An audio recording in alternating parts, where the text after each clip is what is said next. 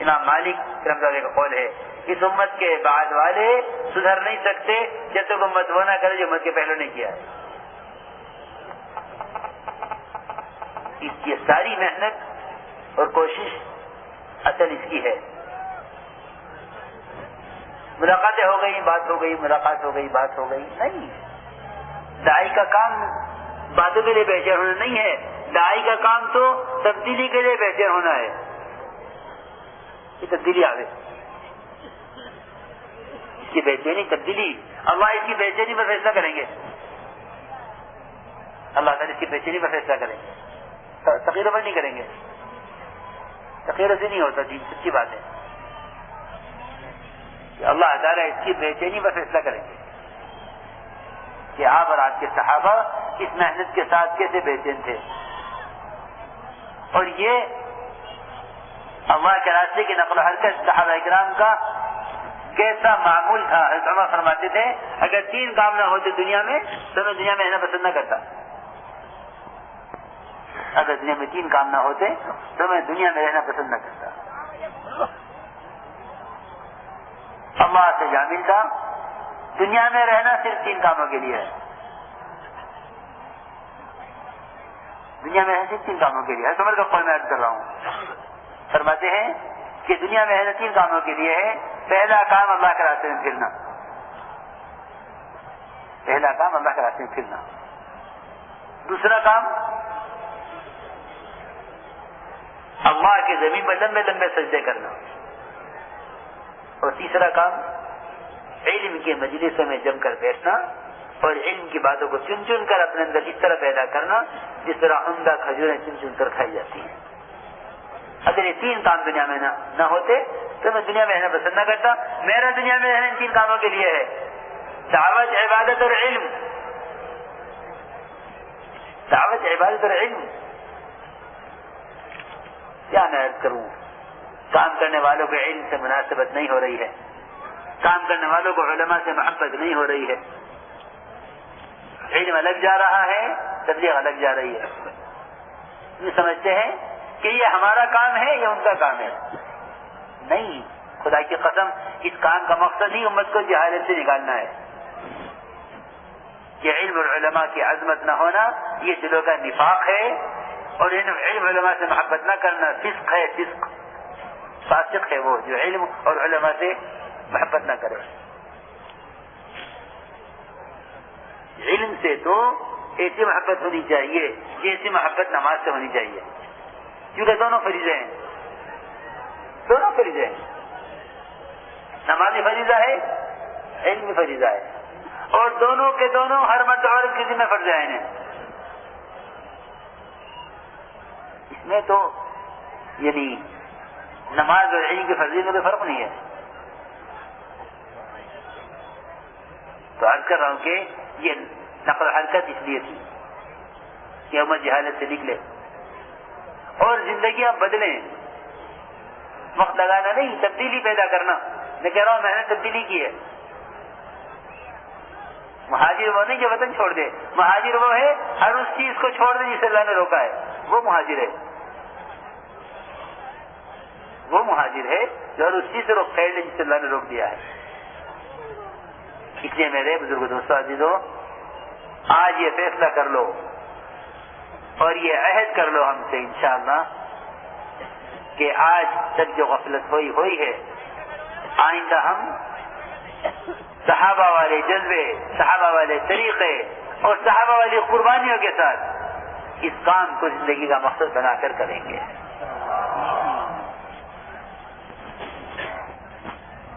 کیونکہ یہ بات تو طے شدہ ہے کہ بے اعتبار امت کے دین کے قائم ہونے کا کوئی راستہ اس کے علاوہ ہے نہیں. پکی بات ہے. اس سے خدا نہ کرے دین کے کسی شعبے کا انکار نہیں مقصود، بلکہ نقل و حرکت کے ذریعے امت کو جگانا اور خوشامد کر کے عمل پر لانا، اس کا کوئی متبادل نہیں ہے. اس کا کوئی متبادل نہیں ہے. اس کا کوئی متبادل نہیں ہے. دعوت علم کے ساتھ متلازم ہے، لیکن دعوت علم کا متبادل نہیں ہے، اور علم دعوت کا متبادل نہیں ہے. علم اور دعوت ایک دوسرے کا متلازم ہے. کہ صحابہ علم کے ساتھ حرکت میں تھے، اس سے امت میں عملی دین پھیل رہا تھا. اس لیے میرے دوستو عزیزو، اللہ کے راستے میں پھرنے کے فضائل خوب پڑھا کرو تاکہ نقل و حرکت کا عام مزاج بن جائے.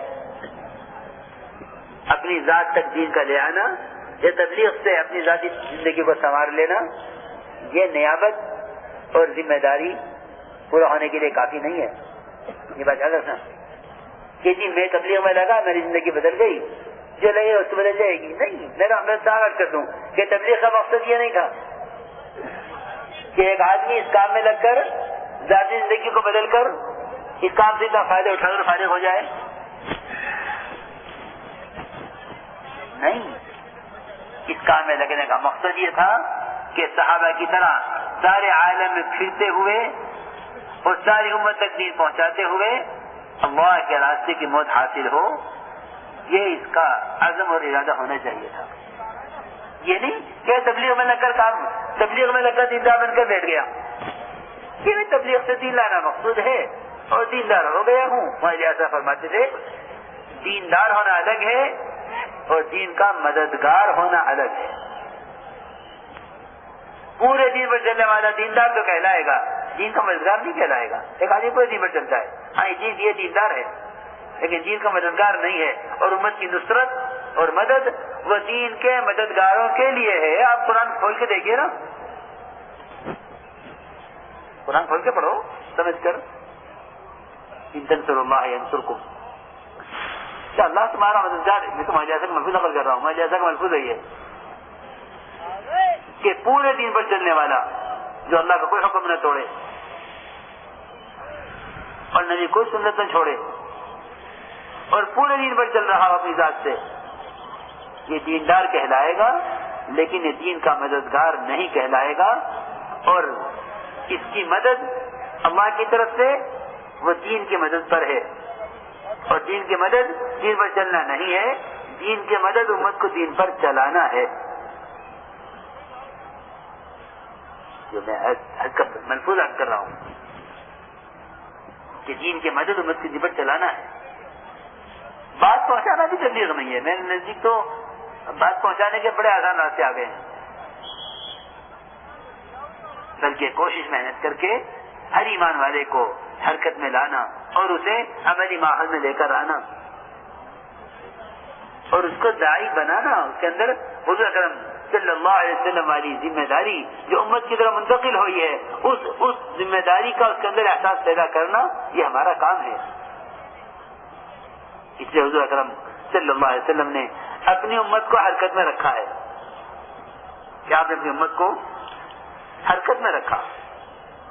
یہ امت کی خصوصیت ہے. اور میں بات کر چکا ہوں آپ کو شروع میں کہ اس امت کا افضل امت ہونا دیکھ رہے میری طرف یا نہیں؟ اس امت کا افضل امت ہونا اور اس امت کا خیر امت ہونا وہ صرف دعوت اللہ کے ساتھ مشروط ہے. میری بات ذرا دھیان سے سننا. دعوت اللہ کے بغیر یہ امت کسی بھی عمل خیر سے، کسی بھی عمل خیر کر کے یہ امت افضل امت نہیں ہو سکتی. یہ بات میری ذرا، بے شک آپ نے بڑی ہمت سے بیٹھ کر بات سنی ہے، کہ ساری بات کا خلاصہ ہے.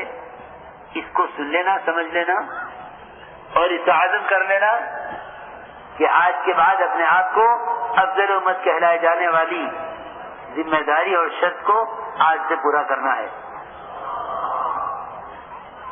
کہ میں عرض کر رہا ہوں اس امت کے افضل امت ہونے کے لیے صرف امت محمدیہ میں ہوں یہ کافی نہیں ہے.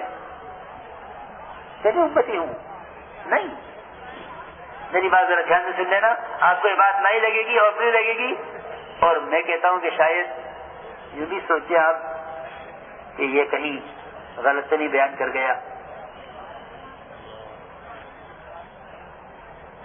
میں جو کہہ رہا ہوں سمجھ کر کہہ رہا ہوں. اس امت کے افضل امت ہونے کے لیے دعوت اللہ شرط ہے. یہ دعوت کے بغیر یہ امت کسی بھی عبادت سے، کسی بھی ریاضت سے، کسی بھی عمل صالح سے خیر امت نہیں ہو سکتی. یہ اس امت کی خاصیت ہے. میں نہیں کہہ رہا ہوں، یہ میری بات نہیں ہے، حضرت عمر کی بات ہے جو میں ادھر سے ادھر نقل کر رہا ہوں، صرف اتنی بات ہے. حضرت عمر رضی اللہ عنہ خود فرماتے ہیں کہ اگر اللہ نے یہ کہا ہوتا انتم خیر امتی، کہ تم بھلے لوگ ہو، تو ہم اپنی ذات سے انفرادی عبادتیں کر کے نماز، روزہ، حج و زکات، ذکر و تلاوت، حلال کمانا، حلال میں خرچ کرنا، اپنی ذات سے پوری دین پر چل کر سمجھ لیتے کہ ہاں ہم خیر امت ہیں. لیکن اللہ نے یہ نہیں فرمایا انتم خیر امتی، اللہ نے فرمایا کنتم خیر امتی اخرجت للناس، کہ خیر امت ہونے کی شرط یہ ہے کہ تم لوگوں کی نفع رسانی کے لیے بھیجے گئے ہو، اور وہ نفع رسانی یہ ہے تأمرون بالمعروف وتنہون عن المنکر، کہ ہر شخص کے ذمے ہے کہ ہر ایک کو بھلائی کا حکم کرے، برائی سے روکے. یہی دعوت ہے. اگر امت اس پر نہیں آتی ہے تو یہ امت کسی بھی عمل صالح سے خیر امت نہیں ہو سکتی. یہ بات آج کے بعد بھولنا مت. یہ اس مجلس کا اہم سبق ہے اور اہم بات ہے کہ اس امت کے خیر امت ہونے کی شرط وہ دعوت ہے. یہ حضرت عمر کا قول ہے، اور حیات الصحابہ میں دیکھنا چاہو تو اس کو نقل بھی کیا ہے. حضرت عمر کا قول ہے یہ امت کے افضل امت ہونے کی شرط یہ ہے. اس لیے میرے دوستو عزیزو، حضور اکرم صلی اللہ علیہ وسلم نے اپنی امت کو حرکت پر ڈالا تھا، بلکہ مدینہ منورہ میں آج رہنے والے، میں بھی گیا حج میں تو میں نے وہاں ساتھیوں کو جمع کیا. میں نے کہا مدینہ والوں سے کہ اب تم مدینہ منورہ میں رہنے والوں کی سب کی تمنا مدینے میں مرنے کی ہے. سب کی تمنا مدینے میں مرنے کی ہے کہ کاش مدینے میں مر جانے اور بقی مل جاوے. سب نے کہا جی ہاں بالکل بالکل بالکل بالکل بالکل یہی تمنا ہے. میں نے کہا بس یہ تمنا صحابہ کی تمنا کے بالکل خلاف ہے. ایک صحابی کا مدینے میں انتقال ہوا، آپ نے فرمایا کاش یہ مدینے سے باہر مرتے. ابو ایوب انصاری رضی اللہ تعالیٰ عنہ آپ کے میزبان خاص، بڑا موقع ملا میزبانی کا، بڑا موقع ملا آپ کی خدمت کا. جماعت جانے لگی، یہ بیمار تھے اور بیمار بھی ایسے تھے کہ حرکت نہیں کر سکتے تھے. جماعت سے کہا اللہ کے واسطے مجھے لے چلو اللہ کے راستے میں نہیں بیٹھ سکتا، مجھے سواری پہ باندھ لو. یہ نہیں کہ جناب تم کرو کام، ہمیں تو بڑا حضرات کی خدمت کا موقع ملا ہے، میرے گھر میں ٹھہرے ہیں، میں نے کھانا کھلایا ہے، اور فلاں حضرت آئے تھے میرے گھر میں ٹھہرے تھے، میں نے خدمت کی تھی. تم پھر لو جماعتوں میں اور ہم حضرت کی خدمت کر کے ساتھ حاصل کر لیں. اس میں کیا فرق ہے، کیا حرج ہے؟ کن کے میزبان؟ ابو ایوب انصاری رضی اللہ عنہ. کن کے میزبان ہیں؟ اللہ کے نبی صلی اللہ علیہ وسلم کے میزبان. فرمایا مجھے لے چلو. ساتھیوں نے باندھ لیا سواری سے، لے کے چلتے رہے. فرمایا دیکھو اگر میرا انتقال ہو جائے اللہ کے راستے میں تو فوراً دفن نہ کرنا، تو میری لاش کو جتنا لے کر چل سکو چلتے رہنا. جو تمہارے آخری جگہ ایسی ہو جہاں سے آگے تم بڑھ نہیں سکتے ہو، مجھے وہاں لے جا کے دفن کرنا. مدینہ کا باشندہ اللہ کے نبی صلی اللہ علیہ وسلم کے میزبان خاص استنبول میں دفن ہیں. اکثر صاحب مدینے سے باہر دفن ہیں، اکثر صاحب. حضرت فرماتے تھے تم لوگ سمجھتے ہو کہ مکہ مکرمہ مدینہ منورہ تمہارے رہنے کی جگہ ہے؟ تم نے اس کو بھی رہنے کی جگہ سمجھا ہے؟ یہ حجاز تم عرب کے لیے ایسا ہے جیسا کوئی راہ چلتا آدمی اپنے اونٹ کو چرانے کے لیے کسی گھاس والی جگہ پر تھوڑی دیر کے لیے ٹھہر جاتا ہے، یہ تمہارے لیے حجاز ایک مسافر کے تھوڑی دیر کے جانور کو چارہ دینے کے لیے ٹھہرنے سے زیادہ ٹھہرنے کی جگہ نہیں ہے. یہ ایک گھر بنایا تھا پھرنے کا. ہاں یہ نہیں کہ مدینے میں موت آ جاوے، مدینے میں موت آ جاوے. صحابہ روتے تھے موت کے وقت جن کے مدینے میں موت آتی تھی. یہ میں نے کہا مدینے والوں سے کہ میں نے کہا تم ذرا بیمار ہوتے ہو سفر چھوڑ دیتے ہو کہ نہیں اب نہیں نکلنا، ایسا نہ ہو کہ کہیں مدینے سے باہر دفن کر دیے جائیں، بقی مل جاوے. صحابہ اتنے تھے کہ کہیں اللہ کے راستے میں دفن ہو جاوے، اللہ کے راستے میں کہیں دفن ہو جاوے. مدینے میں رہنے والے، کیونکہ امت کا مزاج نقل و حرکت کا نہیں رہا، اس کام میں پھرنے کا عزم اور شوق ختم ہو گیا، اس لیے 4 مہینے لگا کے بیٹھ گئے ہیں. ذاتی زندگی بدلنی تھی، بدل گئی، اور کیا کرنا ہے. کتنے کروڑوں مسلمان، کتنے کروڑوں انسان جو جہنم کے راستے پر بھاگے جا رہے ہیں، کوئی پرواہ نہیں ہے. ہدایت اللہ کے ہاتھ میں، اسے چاہے کہ دے گا نہیں، ہدایت اللہ کے ہاتھ میں ہے، لیکن اللہ نے ذریعہ دعوت کو قرار دے کر اس امت کو امت کی ذمہ داری عطا فرمائی ہے، اور اس کا سوال تم سے مجھ سے کل ہوگا. ایسا نہیں ہے کہ تبلیغ میں لگے ذاتی زندگی بدل گئی اور بھائی ماشاءاللہ بڑا اچھا کام ہے کر لیا، جو لگے گا وہ بن جائے گا. کوئی مدرسہ نہیں ہے یہ کہ کوئی آگے میں داخل ہو جائے. تمہیں اس کے لیے پھرنا پڑے گا، صحابہ کی طرح ٹھوکریں کھانی پڑیں گی، صحابہ کی طرح خوشامدیں کرنی پڑیں گی کہ اللہ کی رحمت کے اس راستے کی اذیت سے بڑھ کر متوجہ ہونے کا کوئی سبب نہیں ہے. سب سے بڑا سبب اللہ کی رحمت کے متوجہ ہونے کا وہ اس راستے کی تکلیف ہے. اس کے ارادے کر لو، نیتیں کر لو کہ ملکوں میں جانا ہے، ہاں ملکوں میں پھرنا ہے. دیکھو الحمدللہ رب العالمین. ارے کہتے تو رحمک اللہ، اتنے سارے مجمع کی دعا مل جائے گی مجھے. یہدیکم اللہ ویصلح بالکم، کتنی بڑی بات ہے، اتنے بڑے مجمع نے کی دعا مل گئی. حضور اکرم صلی اللہ علیہ وسلم یہ چاہتے تھے کہ میری امت کہیں اس جزیرہ عرب کی خشکی تک تبلیغ اور دعوت پہنچا کر نہ آ جائے.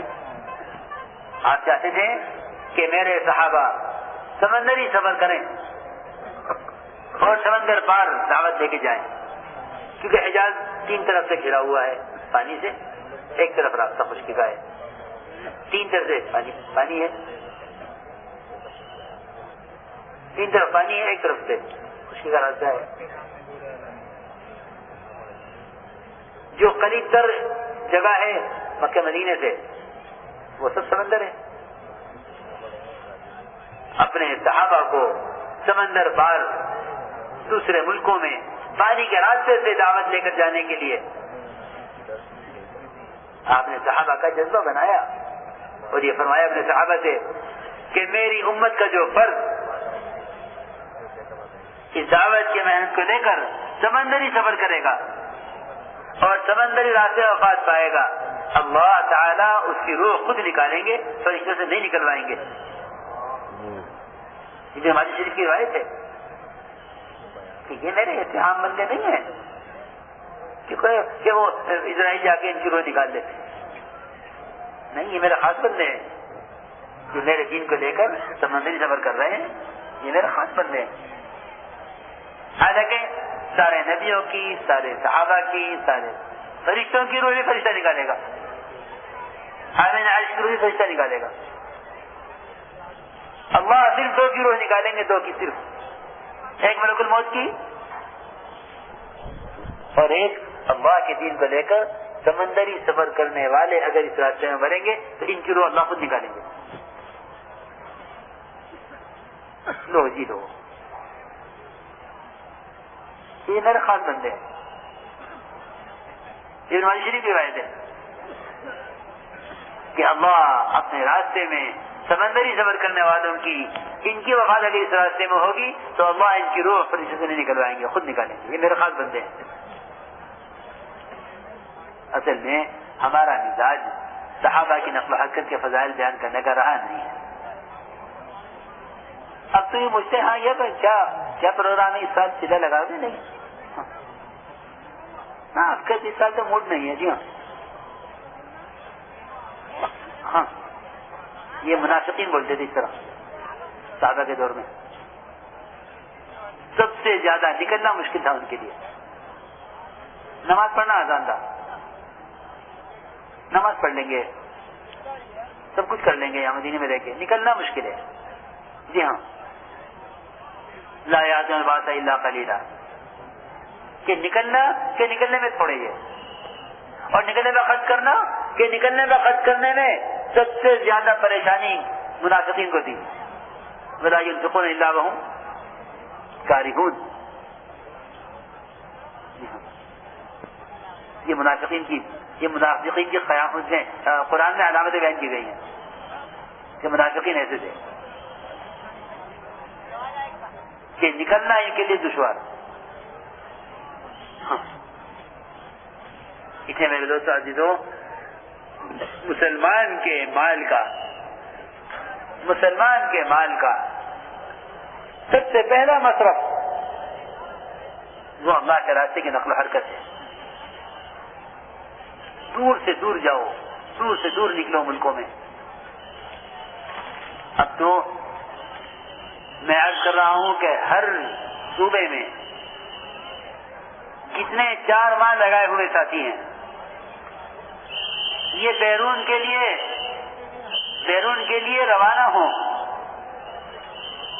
کتنے 4 ماہ لگائے ہوئے پورے صوبے میں، پورے ملک میں. میں نے کہا بھی دلی والوں سے، وہاں دلی کا اجتماع تھا، سب 4 ماہ لگائے ہوئے ساتھی جمع تھے. میں نے کہا میں تو حیران ہوں کہ 4 ماہ والوں کا جوڑ ہو کیوں رہا ہے، ہونا ہی نہیں چاہیے تھا. تو وہ دلی کے ذمہ دار ساتھی بیٹھے ہوئے تھے، کہنے کہ جی کیا بات ہے، یہ تو ہر سال ہوتا ہے، آپ کیوں منع کر رہے ہیں کہ 4 ماہ والوں کا جوڑ نہیں ہونا چاہیے تھا؟ کیا ناراضگی ہے، کیا بات ہے، کیا شکایت ہے؟ میں نے کہا شکایت یہ ہے کہ 4 ماہ لگائے ہوئے ساتھی یہاں بیٹھے ہوئے ہیں، ان کو تو ملکوں میں ہونا چاہیے تھا، ملکوں میں ہونا چاہیے تھا. آپ آگے کہتے کہ اس سال 4 ماہ والوں کا جوڑ ہوگا ہی نہیں، کیونکہ 4 مہینے والے سارے ملکوں میں گئے ہوئے، یہاں کوئی ہے ہی نہیں، ہندوستان میں دلی میں کوئی ہے ہی نہیں. ابھی کوئی میں کیا بتاؤں، ابھی تو دعوت میں لگے ہی نہیں، ابھی تو ایک تنظیم میں لگے ہوئے ہیں. اگر صاحب والی بےچینی ہوتی نا تو ملکوں میں پہنچ جاتے ایک کو جہنم سے بچانے کے لیے. ابھی کہاں تبلیغ، ابھی تو تقریر اور تفریح کا کام چل رہا ہے. وہ تو صحابہ کی طرح بے چین بے قرار امت کو بچانے کے لیے مارے پھرنا اللہ کو اس سے زیادہ ادب اور کوئی پسند نہیں ہے. اس سے بڑھ اللہ کو کوئی ادب پسند نہیں ہے. داعی کی حد اللہ کو بڑی پسند ہے کہ میرے بندوں کو مجھ سے جوڑنے کے لیے. اس لیے یہ بات یاد رکھنا کہ اللہ رب العزت نے قرآن میں کسی بھی نفلی صدقات نہ کرنے پر ہلاکت کی دھمکی نہیں دی ہے. یہ میری بات ذرا غور سے سننا.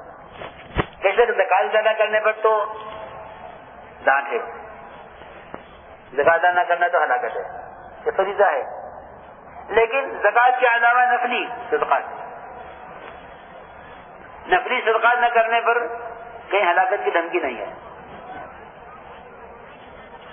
آپ نفلی صدقات کرو، اچھی بات ہے، نہیں کرتے تو کوئی گناہ نہیں ہے، سوائے اللہ کے راستے کی نقل و حرکت پر خرچ نہ کرنے. کہ جو اللہ کے راستے میں پھرنے پر مال خرچ نہیں کریں گے وہ اپنے ہاتھوں اپنے آپ کو ہلاکت میں ڈال رہے ہیں. اللہ نے فرمایا اسی طرح قرآن میں وَأَنفِقُوا فِي سَبِيلِ اللَّهِ وَلَا تُلْقُوا بِأَيْدِيكُمْ إِلَى التَّهْلُكَةِ. اللہ کے راستے میں خرچ کرو، اس میں کمی کر کے اپنے ہاتھ اپنے آپ کو ہلاکت میں مت ڈالو۔ یہاں انفاق سے خروج پر ہی خرچ کرنا مراد ہے، یہ انفاق مطلق نہیں ہے، میری بات ذرا یاد رکھنا، یہ جو کہہ رہا ہوں سمجھ کر کہہ رہا ہوں۔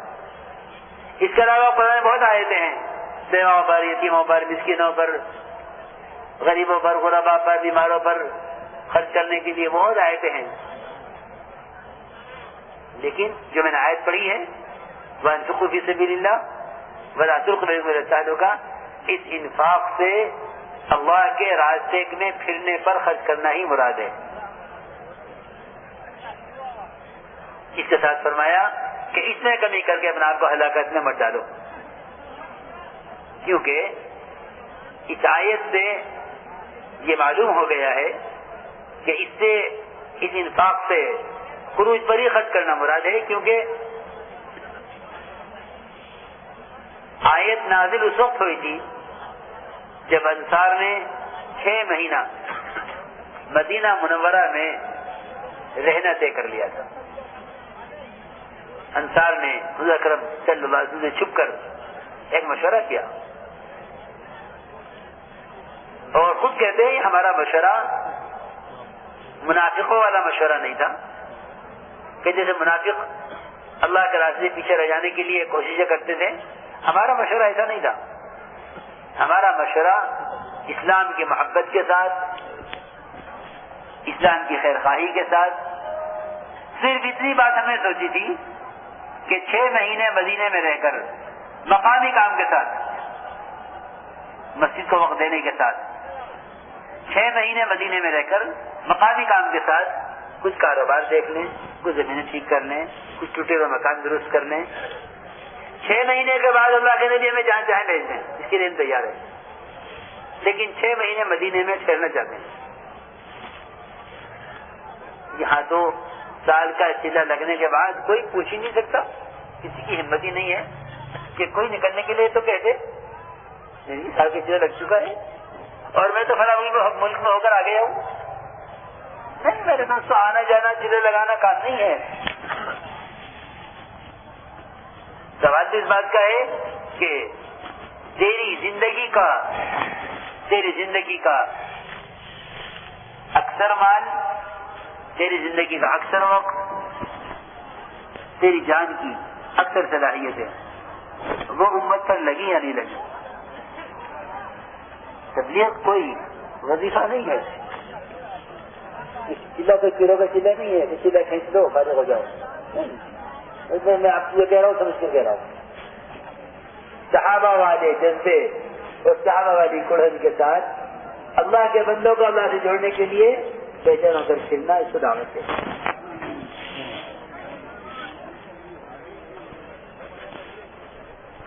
تو ادھر تو یہ صحابہ کا مشورہ ہو رہا تھا اور ادھر آیت نازل ہو رہی تھی،